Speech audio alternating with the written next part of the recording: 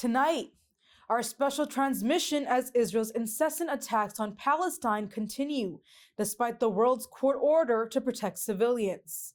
Assalamu alaikum and good evening. This is Muslim News Canada on Muslim Network TV. I'm Aisha Ashraf. Today is the 121st day since Israel started its indiscriminate war on Palestine. At least 30 Palestinians have been killed in an Israeli airstrike in Deir al-Balah locality in Gaza Strip. More than a dozen have been injured.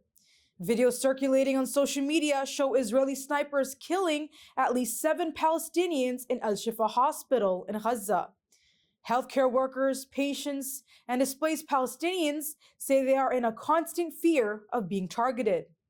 The Royal Jordanian Air Force and Dutch Air Force have dropped humanitarian aid near Jordanian Field Hospital in northern Gaza. The Israeli military says it has eliminated dozens of Palestinian fighters within 24 hours. The Israeli forces have conducted raids across the West Bank, arresting 11 Palestinians from Tulkarem, Ramallah, and Halhul. Israeli media reports 562 soldiers have been wounded since October 7th. The revised death toll in Gaza since the onset of war stands at 27,365. Israel's revised death toll from Hamas's attacks stands at 1,139.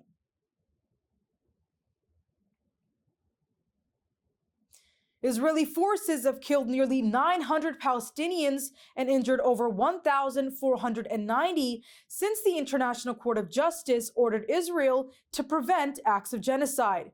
Recent disturbing video evidence shows the discovery of a mass grave. Another video shows a 6-year-old girl witnessing her family's killing. In a separate recording, an Israeli soldier is seen echoing genocidal intent. Reports show during a raid on a refugee camp in occupied Jerusalem, Israeli forces locked a Palestinian person up in chains, forced him into military garb, and used him as a human shield. Palestinian testimonies from Israeli prisons also reveal torturous conditions. The past 4 months of Israel's indiscriminate attacks have left the Gaza population facing dire conditions. Thousands of children have been orphaned, there is a food scarcity and extensive damage to the civilian infrastructure. Despite the World Court's ruling, Israeli ministers called for illegal settlements, military control, and limiting humanitarian aid. The US and the UK have initiated a fresh wave of strikes on Houthi-controlled locations in Yemen. These attacks come after Houthi forces targeted US and Israeli cargo ships in the Red Sea's Bab el-Mandeb Strait. The attacks have disrupted global trade. The strikes by the US and the UK aim to degrade Houthi capabilities. It is not clear which areas have been targeted.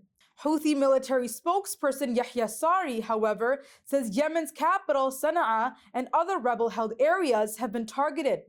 Sari says there have been 48 attacks on multiple governorates.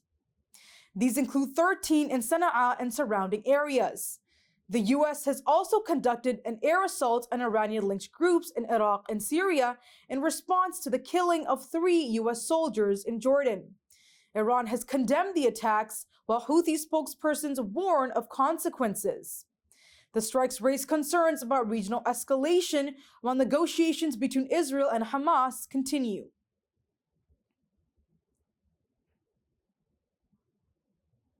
The US Senate has revealed a $118 billion bipartisan deal focusing on border security and providing crucial aid to Israel and Ukraine.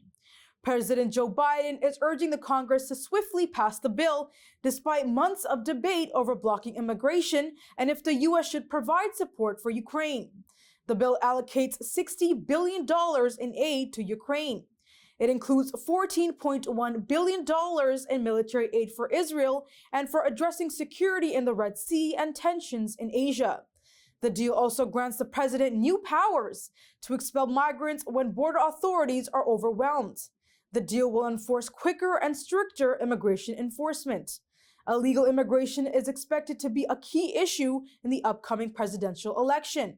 Former U.S. President Donald Trump is calling attention to the issue by calling it invasion from the southern border. Senate Majority Leader Chuck Schumer aims to hold a vote on Wednesday. The bill faces uncertainty in both the Senate and the House of Representatives due to Republican opposition and potential Democratic concerns over military aid for Israel. An Israeli far-right minister has voiced criticism of the U.S. President Joe Biden for handling Israel's war in Palestine. Israeli Minister of National Security Itamar Ben-Gvir says former President Donald Trump would provide more support for Israel's offensive. The remarks have sparked outrage among Israeli officials. The timing of the comments coincides with the upcoming visit by the U.S. Secretary of State Antony Blinken to the region. The Biden administration has been providing weapons to Israel while urging it to avoid harming civilians. Ben-Gvir claims that Biden's focus on humanitarian aid to Gaza benefits Hamas. His comments have drawn strong rebukes from Israeli leaders. Benny Gantz and Yair Lapid accuse him of damaging U.S.-Israel relations. The Palestinian Foreign Ministry has condemned Ben-Gvir's remarks as racist. The ministry says there should be international sanctions against him, as his remarks are a threat to regional stability. Billionaire investor Ken Griffin, a significant Harvard University donor, has decided to halt his financial support to the institution. The decision comes amidst pro-Palestinian support from the university students. Griffin, CEO of Citadel, recently donated $300 million to Harvard and had the Graduate School of Arts and Sciences named in his honor. During a conference in Miami, Griffin expressed concerns about the university's response to anti-Semitic incidents. He particularly highlighted the testimony by the former Harvard president, Claudine Gay. Griffin says he will only resume donations when Harvard focuses on educating future American leaders and problem solvers. He's labeling student demonstrators as, quote, whiny snowflakes. He's criticizing elite universities for their focus on microaggressions. Griffin says he will not hire participants opposing Israel's narrative. Griffin joins other billionaires like Len Blavatnik, Leslie Wexner, Idan Ofer, and Bill Ackman, who have paused their financial support to Harvard over concerns regarding anti-Semitism and pro-Palestinian protests.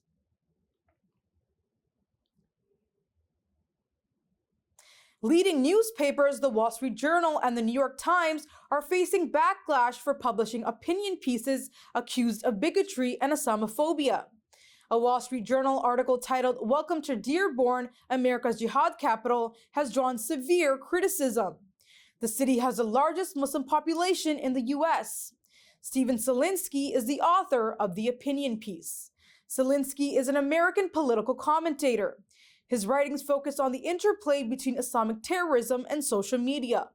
Following the publication of the piece, President Joe Biden has condemned hate and Islamophobia. Michigan Governor Gretchen Whitmer says such sentiments have no place in the state.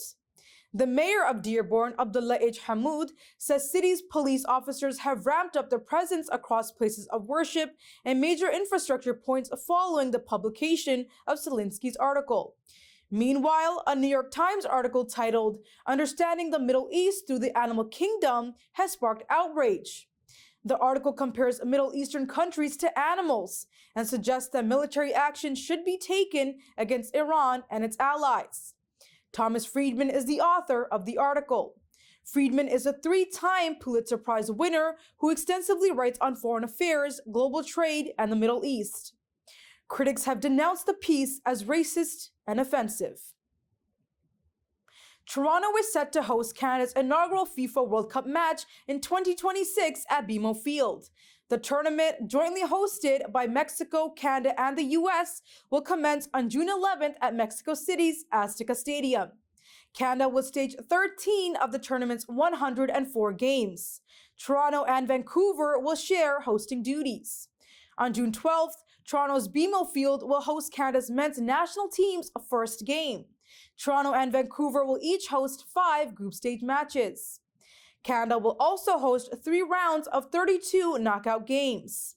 The 2026 World Cup final is scheduled for July 19th at MetLife Stadium in East Rutherford, New Jersey.